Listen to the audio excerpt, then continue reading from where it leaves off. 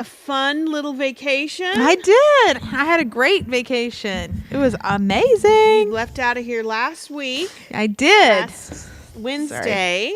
Yes. And what did you do? I went to Pigeon Forge, Gatlinburg Uh-huh. area. They're kind of right next to each other in Tennessee. And we did a mountain coaster and a chairlift and ate at amazing places. And we saw some waterfalls. And we got to watch my friend's daughter do some of her show choir routines. Yay. She did amazing. They all did a beautiful job. They were so good. That's awesome. And then we went to Dollywood because they performed at Dollywood in the morning. And then we went and hung out at Dollywood all day. It was a blast. Pretty cool. Rob was and I so used fun. to live in that area.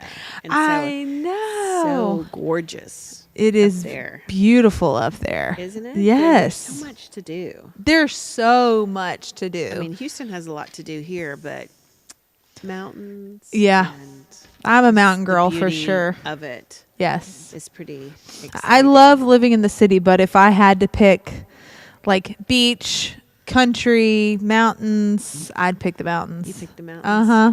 I love the mountains. Mountains are pretty exciting. Yeah. Did you love it when you lived there? I did. It was it's just gorgeous and breathtaking. It and is. It just doesn't take but a second to get up into the mountains and just see all that. Isabella's wandering around. She's so funny. But we have an exciting live today. Don't Yes. go anywhere. We are going to be talking about Pain. And pain is a interesting thing, right? Because it's so different to different people. It can mean different things. Different things make different people uncomfortable. Yeah. And so I think, we were talking last week. Last week we talked about there's madness in the last 10%. Yep. And I was really just thinking about that. And it got me thinking about pain and how for each one of us, it can be so different about what's uncomfortable and what's painful. And even being able to, most people I think are like, I'm not in pain, but I think we don't really know what pain is to a large degree. Like it's things that can be uncomfortable. So when we're talking about pain, we have physical pain. If you went to the gym and you hadn't worked out for a hot minute and you worked out, your physical body would feel pain. But our psyche, our soul, our heart, when we feel emotional pain or mental pain or spiritual pain, it's really hard to measure or it's hard to identify, right? And so I want us to kind of focus on pain, the subject of pain, not necessarily like, being like, oh my gosh, let's think about pain. But I want you to be able to really just let's take a deep dive this month into pain and the uncomfortableness of heartache, the uncomfortableness of like grieving and grief. There's so many different things. When we talk about pain or discomfort, because it can be different levels of intensity, it's things like loneliness. It's things like rejection. And I think when we talk about pain, hey, let's talk about pain this month. People don't necessarily associate it with loneliness. Right. But there's a pain in loneliness, isn't there? Yes, there is. Yeah, there's a pain. A lot of pain. In rejection. There's a pain in grief. There's a pain in loss of dreams and things like that. So when we talk about pain, I really want you to begin to ask yourself this month, what areas do I experience pain in? Are there patterns around that? Is this like a lifelong thing? Or is this like a temporary thing? Not too long ago, I went through empty nest and that was very, very painful, but that was a seasonal thing. And now I'm able to enjoy my adult children. But it was an ending of a season that was very, very beautiful for me. I loved raising my boys. But at the same time, it's so weird because I'm losing something, but they're gaining. They're like excited about their new lives, and there's just an adjustment period. So again, when we talk about pain, I want you to think about where is it showing up in your life? What are the things that you've dreamed of that maybe haven't come to pass? What are the relationships that you've lost, or the relationships that you've discovered aren't what you thought that they were? I think pain can come from a lot of different places. And when you begin to look at it, a lot of times we feel uncomfortable and we're like, we don't want to think about that. We want to push it aside. So I made a couple notes in here. But before we even get too much into pain, don't go anywhere. I wanted to talk about our workshop we're having this Saturday, April 12th. We have it on Zoom. I just posted the sign up on the website, but we'll be posting on Facebook and probably Instagram too. You have to RSVP in order to get the link. And we think we have all the bugs worked out of that process. So we had an issue with the website a while back. The website kind of crashed. And so if you've registered on our website, try to sign in. If you can't sign in, you might have to re-register. Or if it doesn't recognize you, you may have to have it resend you a password. But in order to RSVP, you go to the page. If you go under events, and then I think it's like the second one after today, it'll be the first one after if you log on tomorrow, because we have the live on there, and then we have the workshop. But the exciting part about the workshop is Pastor Earl Gardner is going to be our guest speaker, and it's going to be fabulous, and it's going to be wonderful. So you definitely won't want to miss it. But again, go to the website, and we're changing over our website too, the domain address, truthdrivenministries.org. Too, if you'll put in the comments, and actually if you can link the event, that just go under events and link the page in the comments, that would be excellent. And we'll also be posting it later on today and tomorrow. But go to there, RSVP. You have to be logged in to RSVP, and it'll send you an email, and in that email will be tickets, but it'll also be where you can just click join, and it'll take you to join the Zoom link. And it has the password and everything all in that. Yeah. So exciting. 12 noon to 3 p.m. Saturday, April 12th. This Saturday, you won't want to miss it. We'll have education. We'll have a whole lot of things to talk about. We've been doing a school up at Radiant Church, Radiant Life School of Ministry, and it's been so much fun teaching classes there. And the people there are so amazing and so awesome. So I'm sure he'll give some bit of an update on that too, because the people down here have kind of been disconnected from it because it's up there in Canton, Texas. So it'll be fun. Yeah, I can't do wait. All kinds of stuff. Yeah. Right? It's going to be a blast. So let's talk about pain. And tonight's just kind of like an intro into pain, right? Again, pain, don't let the P word scare you like that. Pain, oh no. It's just anything that you feel uncomfortable with. And what is your relationship with pain? If you're trying to, I won't go into it. I'll get too ahead of myself. So I wrote down, pain is a signal. Pain is just like if you broke your leg, the pain would be like, hey, there's something needing attention here. But again, like, I said earlier, with emotional pain, with mental pain, with spiritual pain, it's kind of like we have this mindset that shouldn't be there. Like it's a bad thing. It shouldn't be there. Right. And so we don't often think of it as a signal to get curious or to look closer. But that's exactly what we need to do. If you are just, pray the prayer, Lord, please just show me what's holding me back in this area. Lord, we pray all these prayers all the time. And then kind of what bubbles up is something that feels uncomfortable or something that we haven't dealt with, something that we've forgotten from long ago that really is affecting our life today. Everybody, a lot of times says things like, what's in the past is in the past. 100%. But if you haven't processed through it, if you've just kind of swept it under the rug or you haven't dealt with it, it's not in your past. It's showing up every single day in your life. And that's what kind of really puts us off track. You know, we're trying to run for the kingdom and do all these amazing things. And then it's like you can't get out of bed.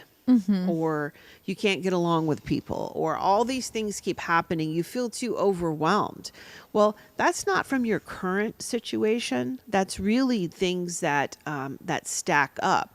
So when you pray prayers like, Lord, use me, when you pray prayers like, Lord, show me what's holding me back, and you feel that uncomfortableness of pain come up, I really want you to look at it like a signal. Again, pain is a signal, and it's not necessarily a bad signal. A lot of times it can bring up an anchor, you know, of, oh my gosh, these are the things that God is wanting to bring freedom in your life too. And just like if you have a broke leg, it's good that that's a signal like, hey, something's going on, your foot hurts, your leg hurts. And so you take a closer look at it.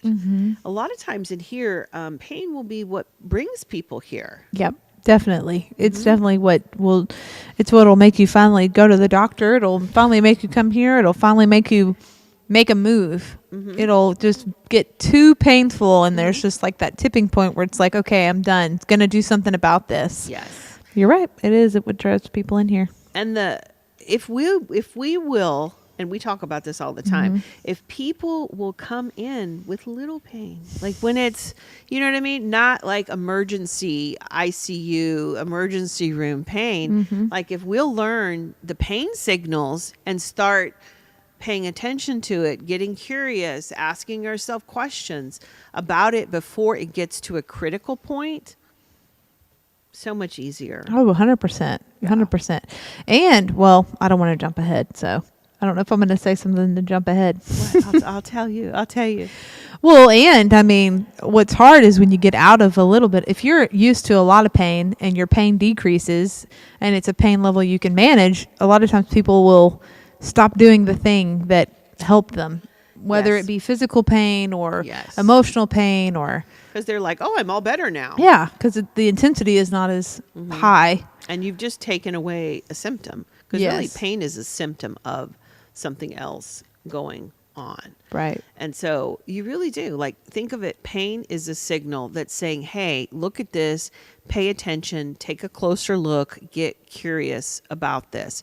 Because when you do pay attention to the pain before it gets to critical level, then you can do something. You know, sometimes people will come in here and they're on the verge of divorce, or they're on the verge of just a career just falling apart, or all kinds of different things. People tend to come when it's at a critical point versus like when things slowly start unraveling. It's like, hey, wait a minute. If you get curious about your pain when it's at a low level, oh my gosh, so different. Yeah.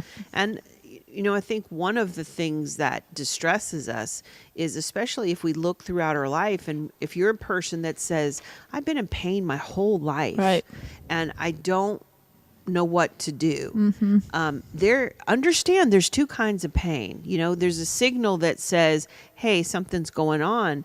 But if you've ignored that for years and years and years, there's a pain that is a hamster wheel pain that just goes on. There's nothing productive about it.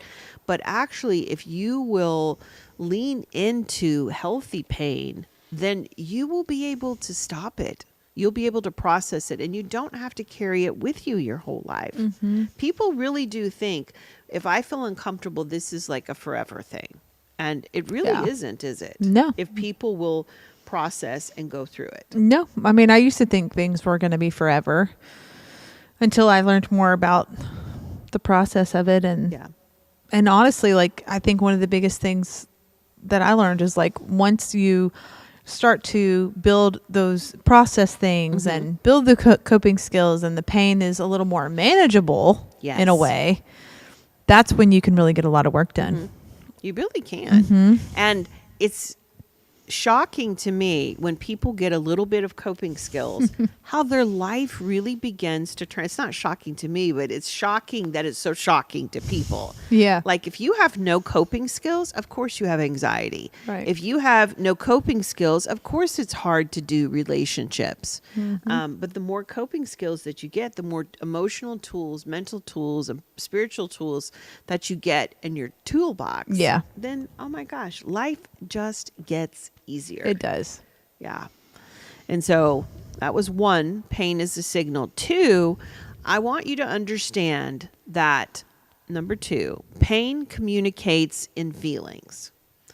And sometimes we don't always register like, oh, I'm in emotional pain.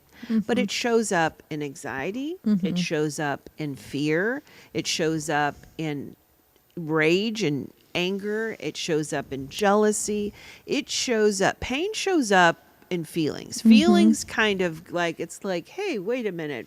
Where did this feeling come from? And so I can't even talk today. The pain actually produces quite a bit of feelings. Yeah. And quite a bit of thoughts from that. And kind of whether you're a predominant thinker or predominant feeler, those can be kind of interchangeable. You know, some people have thoughts come first, then feelings, and some people have feelings, then thoughts. So when you think about like, oh my gosh, I'm feeling so anxious today. Oh my gosh, I'm feeling so overwhelming. Take a look at what you're feeling and begin to get curious and ask yourself, because if you have, like, I'll say like a root of rejection, right? If you have a root of rejection and you feel rejected, then you want to just gloss over that. You want to not feel that. You want to get busy. You want to do things like that. And so when you have a negative feeling, you know, and feelings aren't good or bad, they just are. But again, go back to number one, pain is a signal and what happens is pain communicates in feelings. So when you begin to have these feelings, ask yourself some questions. You know, how long, you know, and if you've like anxiety for a day, that's no big deal. But if you have anxiety for 3 months, like, or every time a subject comes up, if you've tied that feeling to that, you used to experience a lot of anxiety. Where would you say were some areas that it really manifested in? Like areas of my life that it manifested in. All Like of them. Like if you were going to get anxious about something, Usually, what would it be? Usually it was something with social anxiety or if I thought that someone was unhappy with me. Okay. Those were the two biggest, like if I thought I was going to get in trouble. Yeah. Okay. I mean, and I say in trouble because it could be anything from, doing hair at the time, a hair client being unhappy to with their hair. It could be that to a friend of mine being in a bad mood. I mean, and or me have said something they misunderstood. Like they might not even be upset. They might just be like, "Hey, you said this, and I wanted to ask you." So, if you had to distill it down, that anxiety, where would you say the pain was coming from in that? Like, what false belief did you have that created, or what event created the pain? I guess not to get too specific, but probably just, I'm trying to think what I would boil it down to. Maybe not being enough or, never getting it right. Yeah. Aw, see that pain come up, huh? Yeah. I don't know. It's big, and we all carry it. Yeah. We all carry it. Oh, Yeah. I love you. I'll be okay. But, and what's crazy to me, and like if you really begin to think about it, it's not the event that causes the pain. It's our perception if we were cared for when the event occurred, when the original event occurred. Yeah. And like it's not bashing anybody that surrounded you at the time, but there's so many miscommunications. There's so many, like, you know, you have needs that other people don't. Yeah. You know, the people around you have needs that you don't have. And so a lot of times it happens through miscommunication. But if you have something that was painful in your life. Yeah. And you felt like you didn't have the support system that loved you or took Right. care of you or responded to you in the way that you needed in that moment. Right. That's where our pain really comes Yeah. from. we got you. I'm leaking. It got you today. Gotcha. But so I want y'all to think about that, because I think sometimes we do focus back on the events, but the event isn't what really created the false belief. The event really isn't what created the pain. The pain, if you think about it again, I want to say this again because I want you to catch it. It's the feeling that nobody was there. Yeah. Or the feeling that, or the thought that nobody cares about this, that this isn't important to anybody. And if it's not important to anybody, then I'm not important to people. Yeah. Because that's where, like, when you Yeah. said, I'm not enough. Yeah. Like, it's not, the event doesn't cause that. The feeling of feeling like nobody cares. Yeah. Things like that. Yeah. So when you really think about pain and the feelings that it communicates, pay attention to those feelings, because remember, feelings aren't facts. Feelings are very important, and your feelings are completely valid, but get more curious about them. And where does this feeling coming from? Yeah. And sometimes I think it's smart to ask ourselves, who's feeling this feeling? Yeah. Like, have you ever noticed that sometimes you have, bless you, Excuse me. bless you, Sorry. Excuse me. proactively bless you. I know. Sorry. But if you think about it, like we did a workshop on, quieting the chatter in your mind. Yeah. And we really learned that all the voices in your head aren't yours. Right. Like, they can be things in there. And so when you begin to think about pain, who's feeling the pain? Is what pain are you projecting onto a situation that might not even be your voice? Yeah. If you were raised by raised in a critical environment, then when you make a mistake, what that voice is like, you're a screw up, you're a loser. You did it again. You did it again. And so many times our pain really comes from voices in our head. Yeah. It sounds like we're crazy. Voices in our head. It's not crazy like that, but that internal dialogue that you have isn't always yours. Yeah. And they're ideas that have kind of been placed in there because of your environment. And so begin to challenge that and begin to ask different questions about that. Okay, so that's 2. Number 3, pain tells a story. And I think that you have to step back when you feel uncomfortable, when you feel discomfort, and begin to ask yourself, what story is your pain telling you? Yeah. What is it speaking to you? And is that something that you actually believe, or understanding that sometimes pain can brainwash us, right? Yes. Like, we just have this pattern, this rut that we get stuck in. And each time something happens, like, I was talking to, it was actually a guy not too long ago, and he's like, my relationships never work out. So he started dating this person, and it wasn't going very well. And he's like, I don't even know why I try, because my relationships never work. And that is a perfect example of allowing your pain to tell you a story. Pain tells a story. And is it a story that you want to partner with? It tells a story of your life, but is it a true story? Right. Or is it like a tale, a tall tale? Remember in, what was it, Johnny Appleseed, or who was it?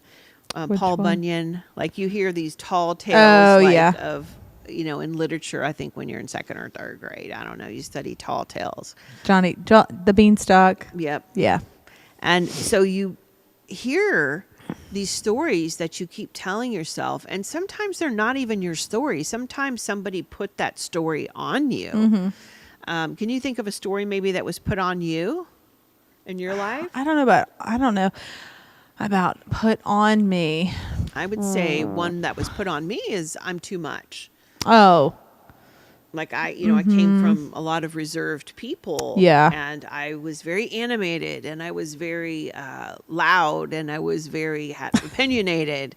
And so if you're around, and it's not good or bad, and people don't try to put this on you, but if you'll begin to recognize that what begins to happen is if you make people uncomfortable, and we all do, and what's uncomfortable is just the opposite of what somebody else is. Yeah. Like if somebody's quiet, then loud is uncomfortable to them. But also if somebody's loud, then quiet is uncomfortable. Yeah. So beginning to ask yourself, wow, did people tell me a story about myself? Is there any stories you felt? Yeah, I think there's several I could probably come up with, but I think lately one of the things I've noticed is I'm like, I have a silly side, but people don't like that. Like some people don't like my silly side, and I like it. I think it's fun, but my story in my head is I'm being immature. Oh. I've noticed that lately. I'm like, oh, that feels like people perceive me as immature, but I know I'm being silly. I'm being silly on purpose, and I'm just being silly. Aww. Yeah. But that's a good point. If we tell ourselves, pain tells a story. Yeah. When we're anxious, something bad's going to happen. Yeah. When we're overwhelmed, I'll never get this done. Uh-huh. So be careful what you're allowing your pain to speak to you, right? Because no bueno. Yeah. That one can tell you a lot of different stories. I think a lot of people get the stupid button. Oh my gosh, yes. I think a lot of people, that's a pretty common one that I run into, is that means you're stupid. Yeah. Which is crazy because there's so much learning to be had in life, and you don't know until you know. Yeah. So almost, I don't really think anybody could be stupid. I agree. I don't even know how you could classify that as. It'd be hard for me to really say like that person is stupid. I don't think I've ever said that about anybody and really believed that. Because literally, like, if you just don't know until you know. Yeah. And I think some people do it when they feel like they make the same mistake again and again with, what we're talking about is a pattern. But if you tell yourself a story, you are literally brainwashing yourself. And so it's not that somebody's stupid. It's that their mind just keeps running that circle. Yep. Right? Yep. Nope. And absolutely. I always try to encourage people, like, if you make a millimeter of progress, like, that's progress, but that's not good enough for us. No. We're like, it's like literally, I remember Parker wanting to go out and play basketball. He went out and played basketball for 10 minutes and he's like, I'm terrible at this. I'm like, it's 10 minutes. Like, you're not going to be good after 10 minutes. But I always remember that because it makes me laugh, and it reminds me that we really think that we need to be superstars at everything right out of the gate. 100%. Like, we are ridiculously hard on ourselves. Nope. Completely. I noticed that there's like a new hobby I found, and I was like, oh my God, I totally want to do that. But it was like, to do that, to invest in that was going to be a lot. I want to do mosaic tiling. Okay. That is very pretty. But what I did was, not even on purpose, I started doing those jewel by number. I started with a coaster, then I did a picture, then I did a bigger picture. Aww. I'm working my way up. I didn't even know I was doing that. But if I would have jumped in to the mosaic tiling right out the gate, I would have been. They have it at the glass 5 place. seconds They into have it. a I glass. would really. Oh, I want to do it. I almost said, "Hey, let's go do that little workshop." Oh, cool. Yeah, I want to do that. But you have to work your way up. You do into things like learn to dribble, and learn how to walk and dribble. Yeah. But we think we have to like be shooting threes on day one. Yeah. And we think we have to know everything and perceive everything. And it's just, we're so hard on ourselves. We really are. Yeah. Can't get anything wrong. Can't make a mistake. Can't mess up. And like, we've talked about here before, we always are chasing a carrot because we're moving the goal. 100%. And that's why you have to like set a goal. I'm so adamant about people setting a goal for what success would look like. Yeah. Because you'll gloss right over it. Yeah. And not even be like, oh, that was a failure. Like, what made that a failure? Well, so-and-so wasn't happy with me. That literally, like, you cannot control that. definition of success cannot include something that you can't control. Yeah. And or you will fail. Right. 100%. Yep. Yeah, because it's totally on a whim, or it's totally something not within anything that you can be responsible for or control. Mm-hmm. And people will talk themselves out of things. Oh my gosh. To avoid pain. Mm-hmm. Yep. All the time.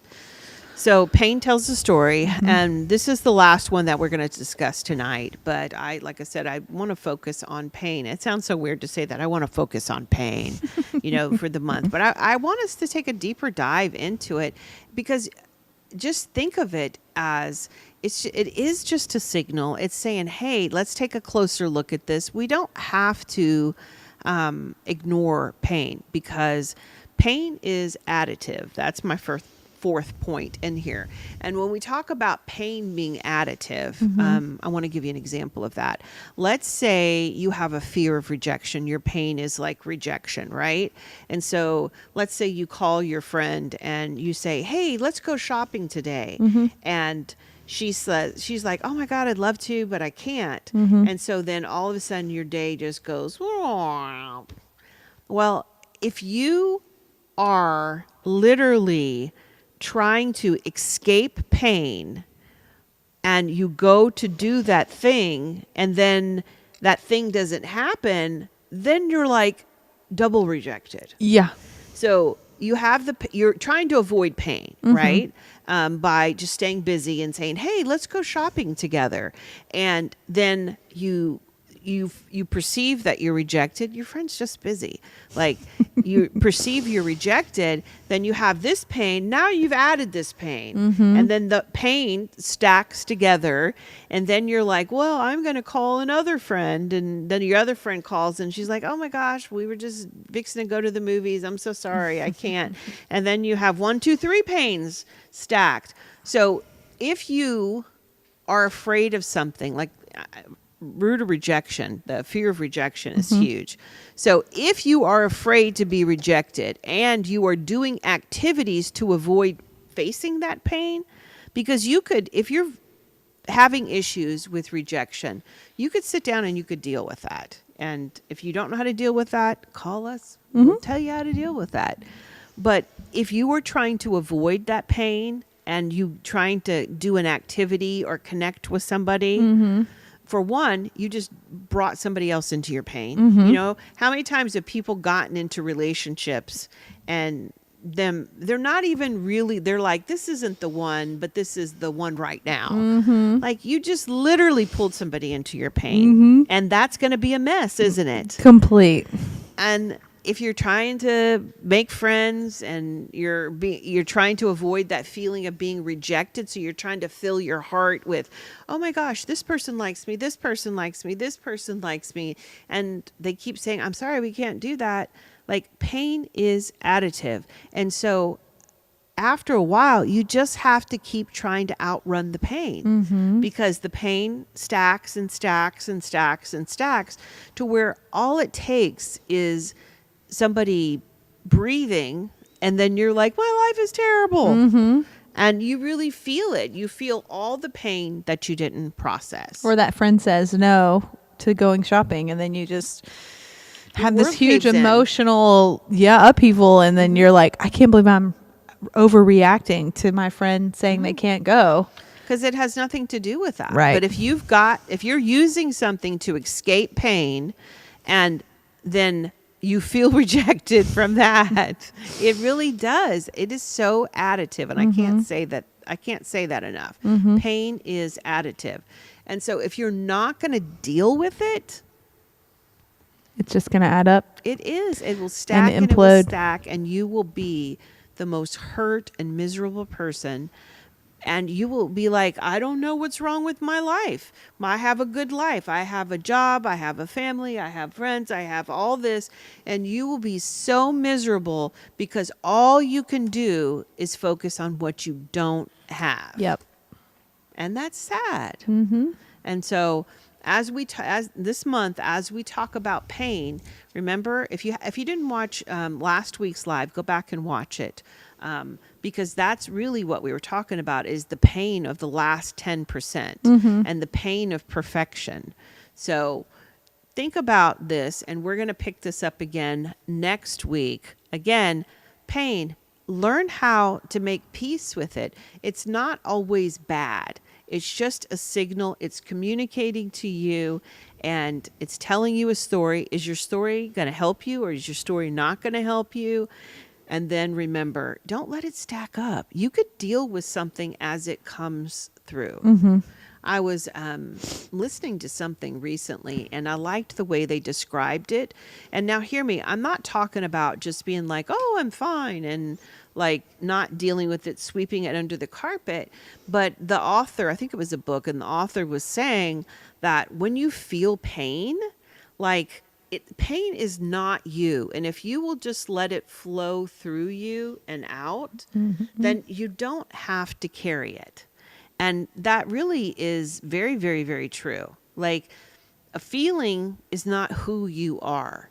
And if you will allow, because sometimes we just get sad. Like if you get sad during the day, like take a moment, feel that sadness, allow it to flow through you. Because what happens is if you reach out and claim that feeling as that's me, sad is me, then you hang on to it instead of just letting it pass. Yeah, I want to say I had read somewhere one time where it was like, I'm going to get this wrong, but it was either 45 seconds or a minute and 30 seconds or something like that, that the intensity of an emotion, if you will let yourself sit in it for that long, the intensity of it will come down. And I believe it's what you're describing, is it passing through you. Don't hang on to it. Don't avoid it. Right. A thing that I didn't talk about tonight is we're so resistant against pain. And anything that you resist pushes back. And so if you have a feeling and it's uncomfortable, let's say our example with rejection, you call and you say, hey, can you come do this with me? And your friend's like, I'm so sorry, I can't. And it's not that they don't love you, that they don't care. They just can't. It's not going to work out.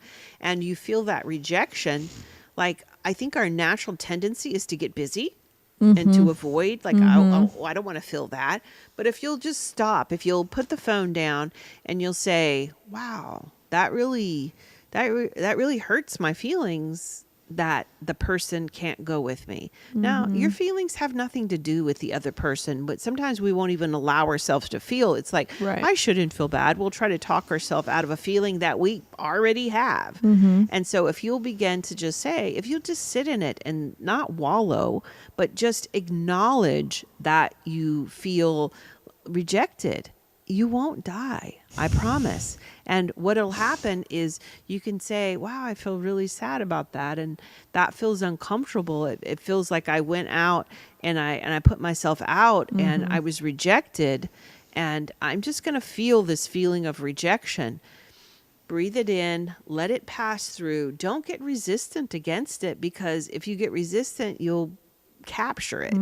And you don't want to do that. You just want to let it flow through you and say, wow, that really felt, very hurtful and it felt sad. And I'm going to choose to let that pass through me, because I'm not my feelings. My feelings are not my identity. It really does. I mean, it sounds crazy. Sounds like that's just like brushing it off, but it's not the same thing, because you have to acknowledge a feeling to release a feeling. And when we kind of brush it under the rug, we're like, oh, that doesn't bother me. Or we don't acknowledge that, like, hey, that's hurtful. Yeah. So let's talk about more things about being uncomfortable in pain and how to manage pain and how to navigate it, and honestly, how to recognize pain and discomfort and things like that. So I'll pray us out, and Christina will end the live, and we will be amazing this week. Don't forget to come to the online spiritual growth workshop. It's going to be really great. I know that I've been hearing Pastor Earl teach since January in those classes, and man, he's just got some great stuff that you haven't heard yet. So it's going to be amazing. I'm excited. So let's pray. Dear Lord, I just thank you. Lord, I thank you that pain is a signal, Lord. It's a signal that you want to bring freedom, not that you cause the pain, Lord, but anywhere there's pain or there's discomfort, Lord, you are there walking with us, just giving us guidance and showing us and helping us navigate these difficult situations in our life with your utmost grace and mercy. And I thank you for all the love that you pour out. I thank you, Lord, that as we move through this month and we talk about pain and we talk about discomfort, Lord, I just know that you're going to bring healing to everybody that has pain. And that's your heart towards your children. And I thank you for your generous love and your generous heart towards your children and myself. We just love you so much, God. In Jesus' name, amen.